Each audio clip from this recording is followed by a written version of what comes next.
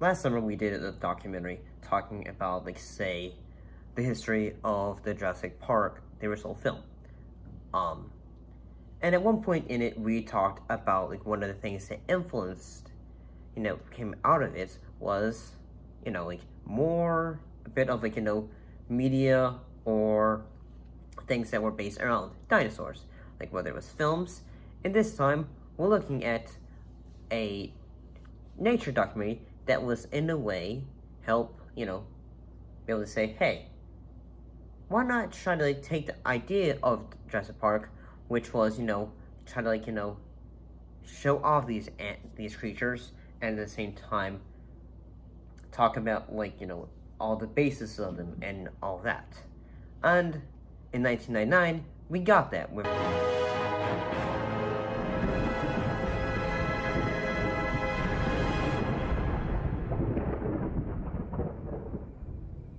6-part nature documentary series created by Tim Haynes and produced by the BBC Science Unit for the Discovery Channel and the BBC Worldwide. And it was, like, say, in a way, natural history of dinosaurs, walking with dinosaurs, and other animals, like, say, in the Mesozoic as well as other creatures during this time frame. The series first aired on BBC in the United Kingdom in 1999 with narration by Kenneth Branagh. The series was subsequently aired in North America on Discovery Channel in 2000 with Avery Brooks replacing Branagh. Which, yeah, Avery Brooks is awesome. Like, when it comes, he's got a very distinguishing voice. Mr. Worf, I want you to tell me why I shouldn't put you on the next transport out of here. You are well within your right to do so. I'm not talking about my rights. Answer my question. Captain, I do not have an answer. Sir, I realize my actions were in violation of Starfleet regulations, but... Regulations? We're not talking about some obscure technicality, Mr. Worf. You tried to commit premeditated murder. But at the same time, I'm just gonna say, like, is when Americans, like, when we have trouble understanding, Branagh, like, that, deep accent that he has, I don't know.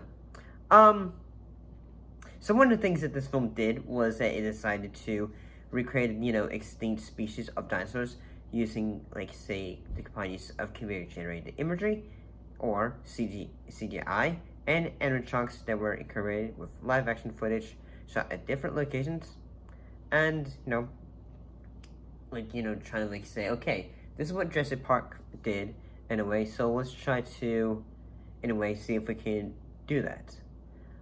The film had a budget cost of $6.1 million or $9.9 million, and cost over £37,654 per minute to, like, produce with all the effects that were in this film.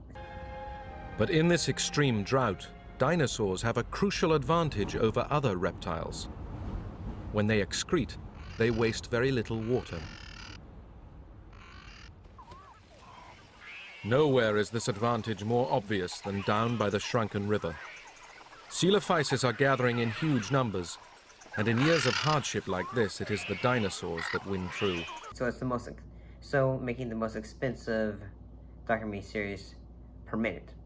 Like, when it comes to, like, say, hey, how well did this do? Well, with 15 million people viewing the first airing of the first ever episode of this, Welcome to Dinosaurs was by far the most watched program in the British television during the 21st century. And also the series had received quite a lot of nominations when it comes to awards, including 2 BAFTA awards, 3 Emmy awards, and a Peabody Award. And, how was it received when it comes to the scientific community? Well, scientists applauded Walking with Dinosaurs for its use of scientific research and for its portrayal of dinosaurs as animals, and not as, like what Jurassic Park did, which was, like, say, scary monsters that when, go, like, there's a human there.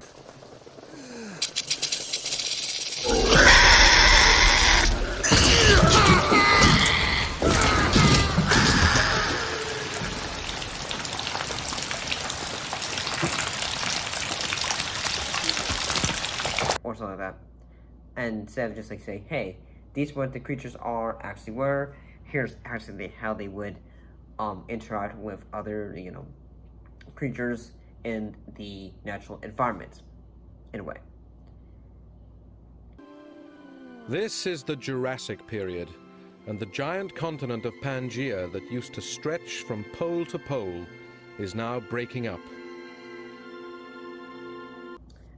But there was some criticism in that, based on the narration, and that, even though say, hey, here's a a sequence, and then narration going say, not really making sense apparently, and a bit of more scientific errors from it. But in a way, this series was a bit of a success. So there would be, in a way, trying to say, how can we continue on with this? So one thing that was done was they decided to make sequels, in a way, with taking the tablet with walking with certain things. So they decided to make a sequel called Walking with Beasts. Daylight creatures are becoming active, and that brings out the forest's more menacing side. The birds. They are the top predators in this weird forest. 2001, Walking with Cavemen in 2003, Sea Monsters in 2003, and Walking with Monsters in 2005. And the series was also accompanied by companion books, to say, hey, this is a bit of more of a footnotes to probably look at. Anyway, it even had a theatrical, a live theatrical show, Walking with Dinosaurs, The Arena Spectacular, a video game, and a 2013 adaptation. That film, actually, one thing it did was decide to use voice actors to, in a way, try to give, instead of, just have the creatures quiet, but in a way have a little bit of a jokey side to it. But pay attention, because the adventures of our son Pachi are the stuff of legend. Which has nothing to do with that stuff right there. Let me at it! Hey, ow! Hey, that's not fair! There he is. That's Pachi. Barf! The runt of the leader, the guy at the bottom of the pecking order. Hey, Pachi! Can't talk now, Alex. Trying to work on my survival instincts.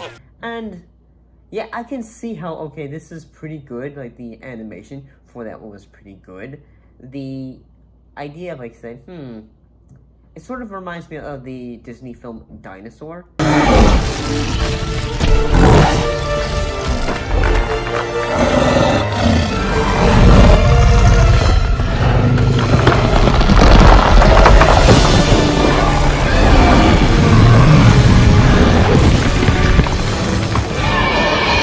And yeah, I can see how, at the time this would be successful, and how it also would be very intriguing to young kids who would say, oh look, dinosaurs and all that.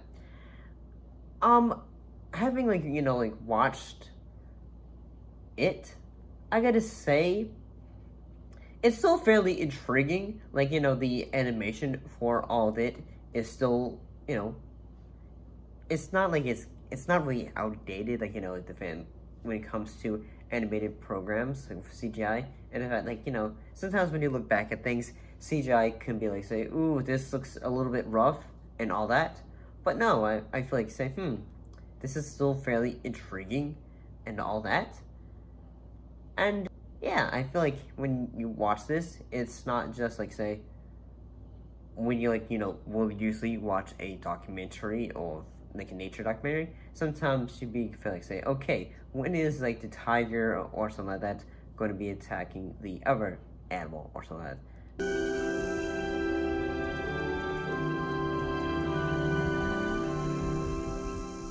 The herd of Diplodocus is at full strength.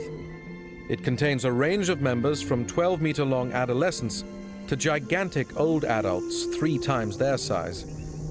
It is the mating season. And for the first time, the female that hatched 10 years ago in the forest is old enough and large enough to reproduce. Now, like, you have a bit of, like, saying, this is fairly intriguing. And it's, you know, like, say, hey, it's not like it's like, say, and now the dinosaur lunges out and pounces on its prey, or something of that nature. But, one thing that is also going to be pretty cool is in that the series is going to be coming back with updated both, you know, graphics and as well as, you know, fixing some of the errors that the original program had. So it's coming out like in, I believe, next year.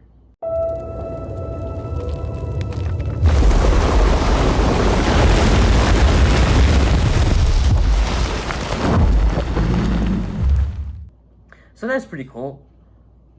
And honestly, did you end up growing up with, did you ever see this series? But yeah, like, what are your thoughts on this? Did you ever watch Walking with Dinosaurs? Did you ever watch the sequels, like say Sea Monsters, Walking with Monsters and all that? What's your thoughts on it? See you next time.